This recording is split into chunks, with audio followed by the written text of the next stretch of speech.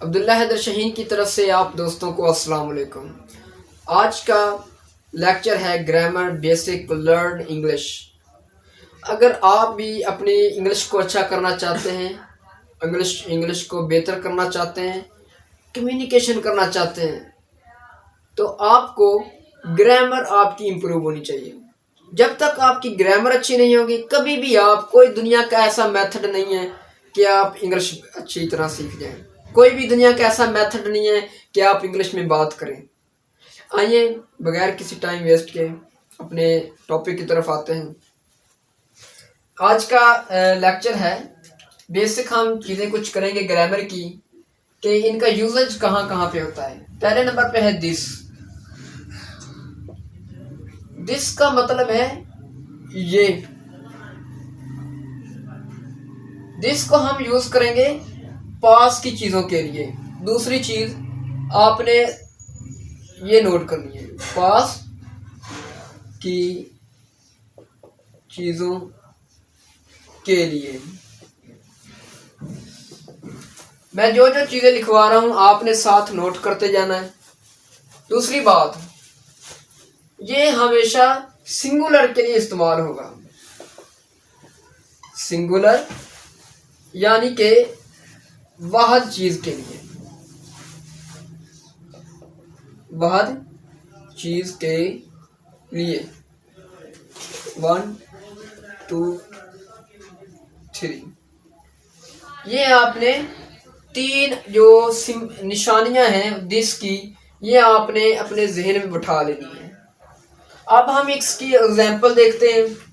मैं कहता हूं ये एक वाइट बोर्ड है, तो ये मेरे पास है, तो मैं कहूँगा this is a white board. ये एक मार्कर है, दिस इज अ मार्कर। दूसरी बात, दिस को हम कॉन्सोनेंट के लिए इस्तेमाल करेंगे। फिर हम इसको वोवल्स के लिए, इनके अलावा हमने दिस को नहीं इस्तेमाल करना। अब कॉन्सोनेंट क्या होता है और वॉवल्स क्या होता है? वॉवल्स है ए ई आई ओ यू। मैंने पहले लेक्चर में बता दिया है अपने लेक्चर में कि जो ए ई आई ओ यू, ये जो अल्फ़ाबेट्स हैं ए बी सी के, हम इनको कहते हैं वॉवल्स। और इनके अलावा तमाम जो अल्फ़ाबेट्स हैं हम उनको कहते हैं कॉन्सोनेंट्स। जैसा कि एग्जाम्पल मेरे पास, मैं कहता हूं दिस इज आ पेन। अब ये क्या लगा दिया? ए लगा दिया, क्योंकि जो अल्फाबेट ये पी है। पेन का जो अल्फाबेट पहला है वो कॉन्सोनेंट है, वॉवल्स नहीं है। तो मैंने बताया था कि कॉन्सोनेंट से पहले हम ए लगाएंगे, तो ये बन गया ये एक पेन है, पेन है। दूसरी बात, वॉवल्स के लिए क्या इस्तेमाल होगा? मैं कहता हूं दिस इज एन एग। ये अंडा है। एन क्यों लगाया? क्योंकि इसका जो अल्फाबेट्स का पहला वर्ड है वो वॉवल्स है, तो हमने एन का यूज किया।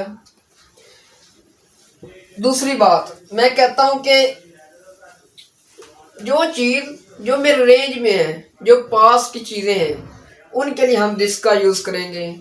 मेरे पास ये दीवार है, मैं कहता हूं दिस इज अ वॉल। ये कोट है, दिस इज अ कोट। ये कपड़े हैं, दिस इज क्लॉथ्स। एक होगी, ये बात क्लियर होगी। इसके बाद है दीज। दीज दिस की जमा है, इसका मतलब है भी ये है, लेकिन हम ये ज्यादा चीजों के लिए इस्तेमाल करते हैं, ज्यादा चीजों के लिए। और दीज के साथ हम हमेशा आर का यूज करेंगे, क्योंकि आर हमें सेंस देता है ज्यादा की। आर का मीनिंग है हैं। जैसा कि मैं आगे एग्जांपल देता हूं आपको। दीज आर और प्लस आ भी लग सकता है कॉन्सोनेंट, जिस तरह वो दिस का पहले था समझाया, एन भी यूज हो सकता है लेकिन वॉवल्स के साथ। अब दीज किन के साथ लगेगा? ज्यादा चीजों के लिए, पास पड़ी हो चीजें वो ज्यादा हो, मतलब ये किताबें हैं।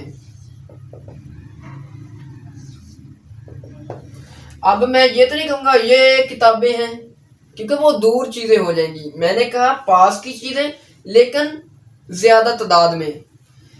मैं ये किताबें हैं तो ये आएगा ज्यादा के लिए दीज, हैं आ गया तो आएगा आर, किताबें ज्यादा हैं तो आएगा बुक्स। दीज आर बुक्स, ये किताबें हैं।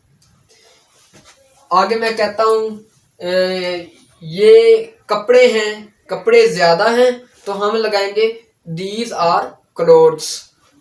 दूसरी बात, दिस का भी कॉन्सेप्ट हो गया और दीज का भी हो गया। इसके बाद है दैट।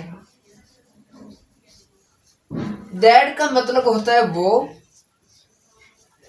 दैट को हम सिंगुलर चीज के लिए यूज करेंगे, दैट का वहद के लिए, जो चीज एक हो, एक से ज्यादा ना हो, वहद हो। कैसे? दूर, जैसे कि मैं कहता हूं वो परिंदा, तो यहां पे लगेगा दैट इज अ बर्ड। ये मैं कहता हूं कि वो परिंदा है, तो ये आएगा दैट, है की इंग्लिश आ जाएगी इज, आगे बर्ड,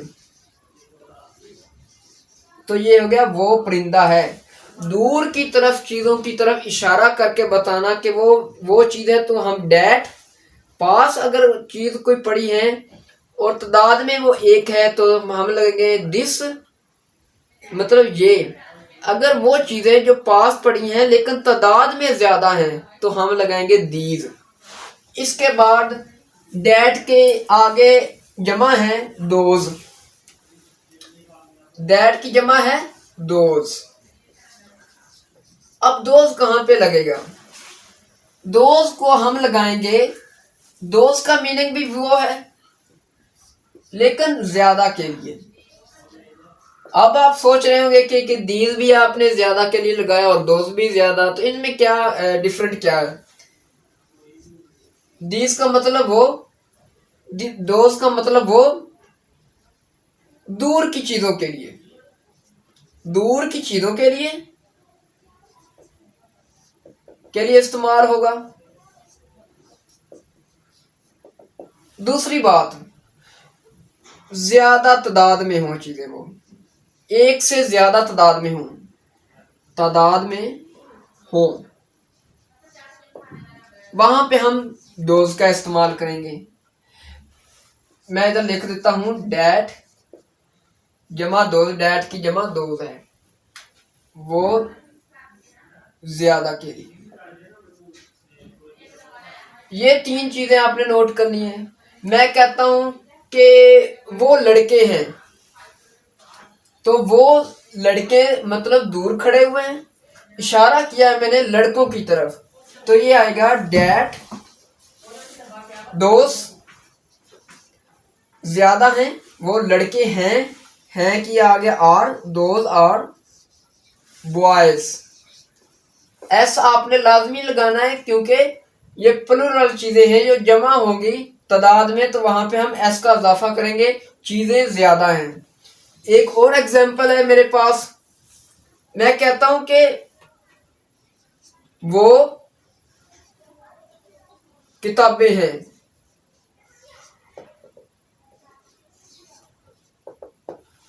वो किताबें तादाद में ज्यादा हैं, दूर पड़ी हुई हैं, और इशारा किताबों की तरफ किया जा रहा है कि वो किताबें हैं, तो यहां पे आएगा ज्यादा के लिए दैट की जमा दोज, आगे हैं की इंग्लिश लगाएंगे आर, तो ये आ गया दोज आर, आगे बुक्स किताबें,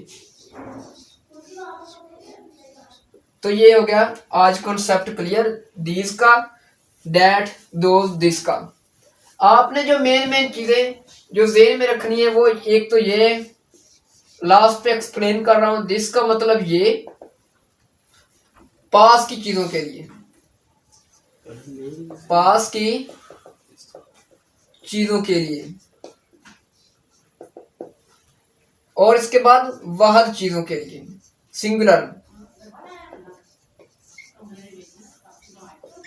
एक ये चीज क्लियर होगी। अब दिस की जमा आगे दीज है, दिस की जमा दीज है, ये हैं दीज का मीनिंग, लेकिन ज्यादा के लिए, तादाद में ज्यादा। कोई ऑब्जेक्ट हो सकता है, कोई चीजें हो सकती हैं, तो ये दीज इस्तेमाल होगा। इसके बाद दैट और दोज, दैट वो वहद के लिए इस्तेमाल करेंगे, दूर की चीजों के लिए इस्तेमाल करेंगे। उन चीजों की तरफ जिनकी तरफ इशारा किया जाए, उन चीजों की तरफ जिनकी तरफ इशारा दिया जाए।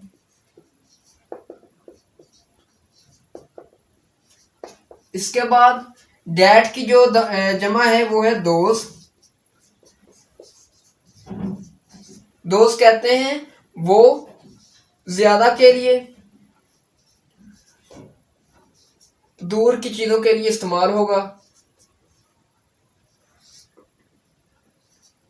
चीजों के लिए यूज होगा। जी ये था आज का हमारा ग्रामर के ऊपर एक्सप्लेन के साथ लेक्चर। हमने इस्तेमाल पढ़ा दीज का, दिस का, दैट, दोज। इनको इनके नोट्स बनाएं और अच्छी तरह से फोकस के साथ प्रैक्टिस करें। जितनी आपकी ज़्यादा अच्छी प्रैक्टिस होगी उतना ही आपके काम में निखार आएगा, आपकी इंग्लिश स्पीकिंग बेहतर होगी। ऐसे ही मज़ीद वीडियोस देखने के लिए, नई वीडियोस ग्रामर के रिलेटेड और इंग्लिश स्पोकन के हवाले से जितने भी अभी कोर्स मैंने अपलोड करने हैं स्पीकिंग के हवाले से, इंशाल्लाह वो जल्द ही कमिंग सून आ रहे हैं लेक्चर मेरे। जल्द ही मेरे चैनल अब्दुल्ला स्पोकन इंग्लिश को सब्सक्राइब कीजिए और बेल आइकन को भी हल्का सा दबा दें ताकि तमाम मेरी वीडियोस आप तक पहुंच सकें। मुझे दे इजाज़त, अल्लाह हाफिज़।